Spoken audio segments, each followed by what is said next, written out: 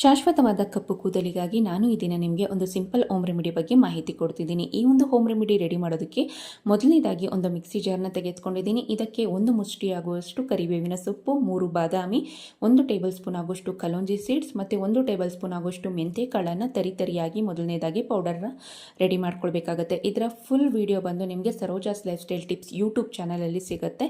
Subscribe ಮಾಡಿಕೊಂಡ್ರೆ ನಿಮಗೆ ಮತ್ತಷ್ಟು ಬ್ಯೂಟಿ ಟಿಪ್ಸ್ ಅನ್ನೋದು ಮುಂದೆ ಸಿಗ್ತಾ ಬರುತ್ತೆ ಅಂತಲೇ ಹೇಳಬಹುದು.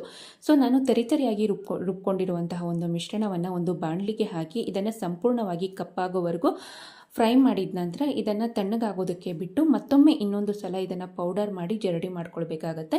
ನಂತರ ಇದಕ್ಕೆ ಹರಳೆಣ್ಣೆ ಹಾಕಿ ಚೆನ್ನಾಗಿ ಹೇರ್ ಡೈ ಕನ್ಸಿಸ್ಟೆನ್ಸಿವರೆಗೂ ಇದನ್ನು ಚೆನ್ನಾಗಿ ಮಿಕ್ಸ್ ಮಾಡಿ ಹಚ್ಕೊಳ್ಬೇಕಾಗತ್ತೆ. ತಲೆಗೆ ಹಚ್ಚಿ 2 ಗಂಟೆಗಳ ಕಾಲ ಬಿಟ್ಟು ನಂತರ ನೀವು ಯೂಸ್ ಮಾಡುವಂಥ ಶ್ಯಾಂಪೂನ ಯೂಸ್ ಮಾಡಿ ಹೇರ್ ವಾಶ್ನ ಮಾಡ್ಕೊಳ್ಬಹುದು. ಸೊ ಇದಿಷ್ಟು ಈ ಮಾಹಿತಿ ಆಗಿತ್ತು. ಮತ್ತಷ್ಟು ಇನ್ಫಾರ್ಮೇಷನ್ ವಿಡಿಯೋಗಾಗಿ ದಯವಿಟ್ಟು ಫಾಲೋ ಮಾಡಿ, ಸಬ್ಸ್ಕ್ರೈಬ್ ಮಾಡಿ.